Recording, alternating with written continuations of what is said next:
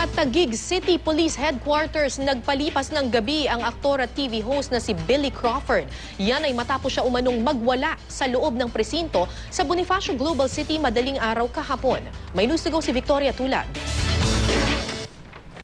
Whatever the speculation is, kung ano mga sinasabi ng tao, nang bubog daw ako, whatever, wala akong kaaway. Kaaway ko po sarili ko. Batay sa police blotter, madaling araw kahapon, dumating sa Precinct 7 sa Bonifacio Global City sa Taguig si Billy Crawford at nagtanong kung nasaan ang detention cell. Sagot sa kanya ng desk officer, wala silang detention cell doon. Tinanong pa raw siya ng pulis kung anong pakay niya. Pero hindi sumagot ang aktor. Sa halip sinabi raw nitong gusto niyang pumunta sa Taguig City Police Station.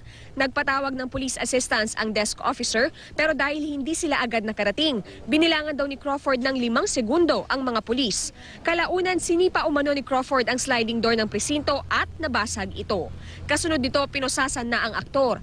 Dinala siya sa Taguig City Police Headquarters para kunan ng detalye. Hindi namin alam kasi basta may problema lang daw siya, personal. Malicious mischief po.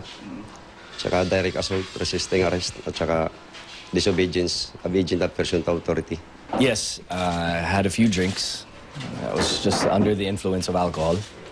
And it escalated to something else. And then I actually went to the precinct. I went to, nasa fort kami. And then I went to the precinct. Sinabi ko na pa-hold na lang ako. Dito muna ako. Sinabi ko lang po na please lang, i-hold na lang ako dito. Kasi makakasakit pa ako ng tao at makakasakit pa ako sa sarili ko. Inamin ni Crawford na nakabasag siya ng salamin pero di na raw niya maalala kung paano ito eksaktong nangyari. I'm just really exhausted. I'm just stressed out. Certain situations, we try to be the best we are and not, we're not perfect. And ibig sabihin ng ayokong makasakit. I really apologize to the officers if I said anything derogatory or anything else. Pinuntahan si Billy ng kanyang manager na si Arnold Vegafria, ng kanilang abogado, ang aktres na si Nadia Montenegro at kaibigang si Luis Manzano.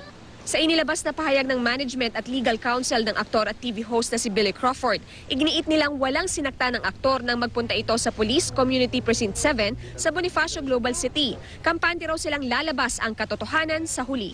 Victoria Tulad, GMA News.